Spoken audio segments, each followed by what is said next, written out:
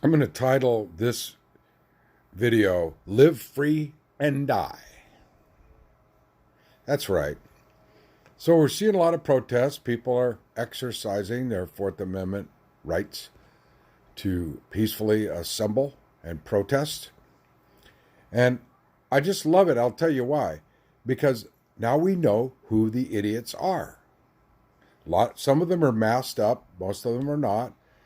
Some of them appear to be practicing safe social distancing. Kudos. And they want to reopen the economy. Well, here's two parts to that. Here's one part. Okay, here's the misanthropic part. This is good. Reopen the economy. That way, the smart people, the people who use their brains, won't go back to work in an environment which is toxic and dangerous. Meaning, there's some data that has come out, now it could be refuted, it could be not correct, that it's pre-symptomatic people who could be shedding the most virus. Pre-symptomatic and asymptomatic people could be shedding the most virus. Okay? If this is the case, think about the implications in a work environment. Think about how virus can stay viable on many different types of surfaces. Stainless steel, 3-4 hours. Stainless steel. So if you work in a manufacturing environment where there's a lot of stainless steel or other porous metal surfaces, that can be very dangerous. Cardboard stays around a long time. There's also some illusions that the virus may stay in aerosol droplets longer than thought possible, and that 6 feet may not be far enough. We don't know enough about how it thrives or how it dies in a dry, lack of humidity environment like in Maricopa County here in Phoenix, Arizona. We don't know. There's actually, when it comes to this particular disease, there's more that we don't know than we do know. For instance, we know, I've been listening to Governor Cuomo, or whatever the fuck his name is in Italian, English translation, has said the capacity to develop enough tests to test the amount of population which we need to is not there. In other words, the manufacturer of tests is far below what we need. We are not going to be able to get the tests. So basically, the rational logic, not the fear-based BS that spawns all these ridiculous, stupid conspiracy theories, is not there. It's just not there. All these false equivalences, comparing this disease to the flu, comparing this disease to car wreck fatalities, comparing this disease to heart disease. Okay, compare it to deaths from tobacco, 400,000 a year, 400,000 a year. Here's the key component in all this. All of these false equivalences cite yearly figures or yearly figures with the seasonal spike outbreaks. Yes, by the time we get to the end of this, we may find that this disease only has about a 0.2 or 0.3% infection rate, with a fatality rate among those infected of about 2.5 to 4%. Okay, so when we look at the numbers there, let's say that 2% of the population, or let's say that 0.2% of the population gets infected. Okay, so what is 0.2% of 325 million? Well, 1% of that would be 3.25 million. So a third or a fourth of that would be about 500,000. So about 2% of that would be about 10,000 dead. We're already over that amount. We're already at 18,000 people dead. So all these numbers are just speculative. They're not real numbers yet. What we can see is how the death rate spikes tremendously. We can see that of those infected, a lot of people are dying, 4 or 5% here in this country. New York is a great test for that because there's a high population density. People are in close proximity. People were in close proximity before they knew that they needed to be spread out. We knew that. So in New York alone, there's like 9,000 dead out of 225,000 cases. That's in New York City. Okay. 9,000? Okay. That's about 5% death rate. So all this downplaying and going back to work from the misanthropic view, good deal. Because if smart people stay home and dumb fucks that want to go back to work and don't give a shit about the people they infect, about their own infection and possible death and debilitation. Now, let's talk about what the virus does to the lungs. It can honeycomb and destroy significant amounts of lung tissue, even in many of those who recover. So they could wind up with COPD type conditions. I know about COPD because I have it. And it was, trust me, a lot of it was my fault, my own doing. I take responsibility for that. Okay. I have put myself in the disease conditions and the long-term medical conditions which I have, those pre-existing conditions. Okay, I take responsibility for what I've done to myself. I'm going to tell you this, though. From the misanthropic point of view, of which I do have partially, I also have the rational humanistic view, okay, and that predominates over my misanthropic view. In the misanthropic view, this is good because it's a great exercise in social Darwinism. It kills off stupid people. Now, that will work to the benefit of the rich who reap the profits from dumb fucks going back to work. That will give them all these profits, but then when their dummies die off, it spells their doom because it leaves people who had enough common sense not to participate in this madness. And it also sets the stage. It can set the stage for us to rise up and seize these people's assets and take from them which they have garnered off the backs of the workers. That's right. This is kind of your preliminary May Day message because May Day's coming, motherfuckers. Get ready. May Day's coming. And we know what the inequality situation is. Yeah, I'm not I'm not in poverty. No, I haven't been for many years. I made it so through my own efforts and network and so forth. I did not have the opportunities. I had to network and make the opportunities, and it took many years to do that. And I'm a white boy with a postgraduate education and 40 years of sales experience. That's right. My last unemployment lasted about 8 months. 8 months. I was unemployed after 9/11. Great time to be unemployed. I had to take jobs that barely paid my bills. I went into serious debt. So I don't want to hear this bullshit about any of this and the fear. I share your fear. I know what it's like to be afraid and not have enough money to survive. I know what it's like to try to make ends meet on $250 a week of unemployment. I know what it's like for me. Gosh, I can't even think of what it would be like to try to support a family on this meager scraps from the rich fuck's table. And then they get cut in big on these relief situations.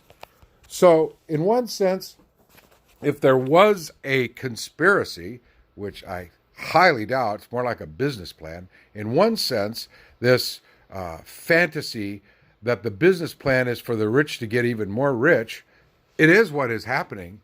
They are getting all this money, millionaires getting an average of 1.6 million in this bailout. Bullshit. They shouldn't get a fucking nickel. Most of them have enough liquid cash assets to make it through this for longer than it lasts. So I don't want to hear all that crap. I don't want to hear this go back to work shit.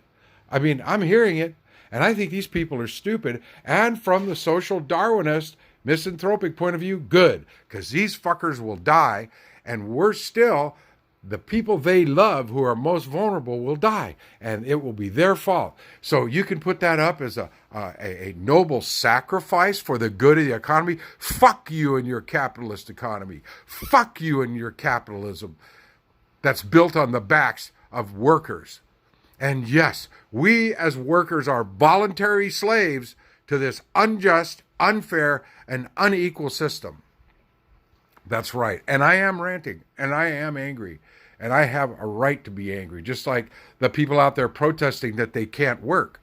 I share your sentiment. It's horrible. It's awful. But what if what you do causes the infection rate to spike and causes thousands, maybe even 20,000, 100,000 more deaths? Can we count one death for the good of a dollar as being okay? Or can we look at cocksuckers? I should say cocksuckers, because cocksucking is a noble act when done, voluntarily. We have assholes like Neil Gorsuch, who ruled in his lower court cases that a worker who left his truck unattended because he didn't want to freeze to death was in the wrong, and the company was in the right. This has to go. Companies are not the final say-so. Business should not run our country, even though our country runs quite a bit on business. But there's 30 million small businesses out there that really keep the country going. These large Fortune 1000 companies, they take part in it, but they're not as important as these 30 million small businesses. They're the most important. And we have to take care of them until they can reopen. And yes, there is a good part of this equation, which is once that happens and it's safe and it's graded, there's going to be new businesses created which are safe, renewable, and sustainable that are going to employ lots of people. And yes, we do have great plans in place. In fact, here in Arizona, we have a $13 an hour minimum wage now. Gosh, that's about $6 an hour better than it used to be. That's progress. It needs to be about $22. Needs to be about $22 an hour. I make around 50, but it took me 30 years, 40 years to get to that level. So I don't want to hear all this bullshit that people are spewing. Oh, I'm so bored. Here's another point. All this travel restriction, bailing out airlines that probably half of shouldn't be in business. The airlines should be a public utility. Travel should be a public utility. It shouldn't be a for-profit enterprise.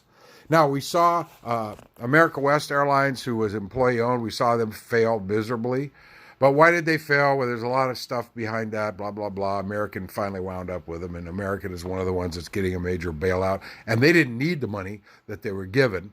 That this piece of shit that you dumb fucks elected presidents, yeah, you dumb fucks that elected him president, you're the problem.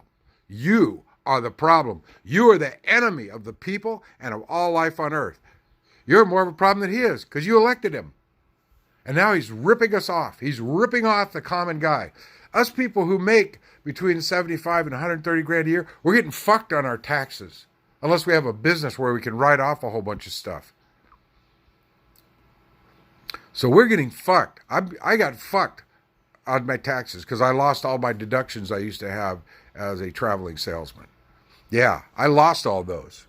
All my unreimbursed employee business expenses.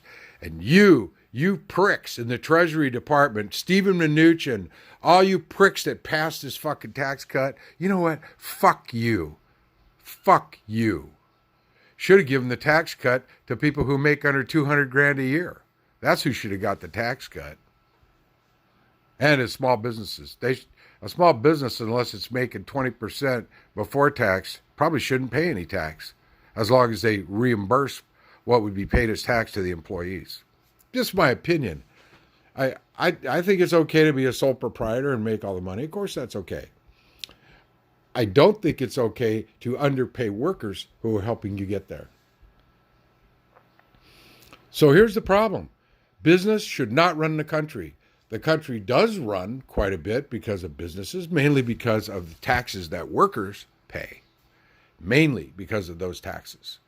Okay? We don't need philanthropy. We need rich motherfuckers to pay their taxes. I mean, fuckers that make $1 million, $2 million or more a year. These motherfuckers need to be paying 80% flat. They need to be doing it.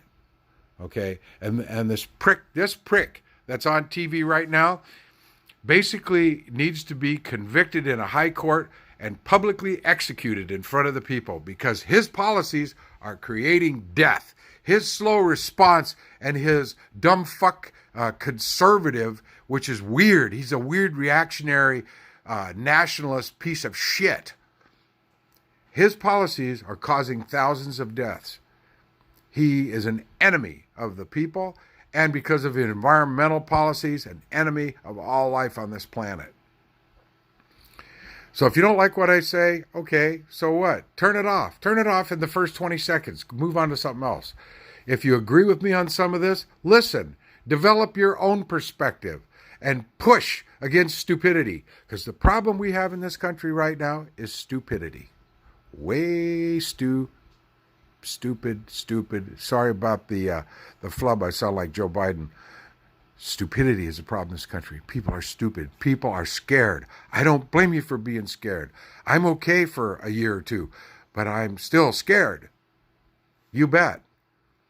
Anyway, we have to move together. We have to unify in the right way. We have to make sure this goes away, and we have to make sure that this asshole right here and his people are out, that they are done. And we need to do that from the school board on up to our legislative branch. And I don't know how we're going to clean up our judicial branch. Boy, it needs to be gutted and cleaned up, and those fuckers incinerated. They need to be politically and legally incinerated. We need them out, and we need this executive branch gone. We need a new, clean executive branch. Now, I am not endorsing Biden. I don't like Biden. Okay, never did. Well, for a lot of reasons. However, we need those fuckers out. If they get in for another 4 years, I can't tell you how much more fucked we will be. I told you guys before this son of a bitch even ran. We don't need anybody like him. We had Bush. Wasn't Bush a big enough lesson for you? Wasn't W a big enough lesson? So things are so bad now that even he looks good. That's fucked. That's stupid. Stupid. So if some of you are not really stupid, but you're just worried about your money and that's why you're supporting this prick, okay, I understand that. I understand. Some of my thinking goes that way about 1% of the time. I understand. However, he is not good for you. He is not good for the economy. He is bad for the people. He's bad for our planet, and he needs to go. So, if we don't do this, we've really fucked up in a major way. If we let the stupid 20% fucks who want authoritarianism run our country, we're fucked. Because right now, we're fucked. And we have to change it. And if we change it from the local level to the national level, if we can take back the Senate, even if the prick gets reelected, we can institute a brand new way to impeach and convict him. And maybe we can cross the aisle enough if there's some moderate Republicans, 20. We'll probably only need about 10 when we get done with this. If we can get 10 of them to go that way, we'll get rid of him, and we'll get rid of that little sawed-off Christian Nazi piece of shit behind him. And then we can get rid of all these bastards. Anyway, that's my rant for today. I hope you're staying safe and well. I really do. And I hope if you want to go back to work, you don't take it to an extreme and cause the death of yourself or those you love or other people you don't even know that don't deserve to die because of your stupidity.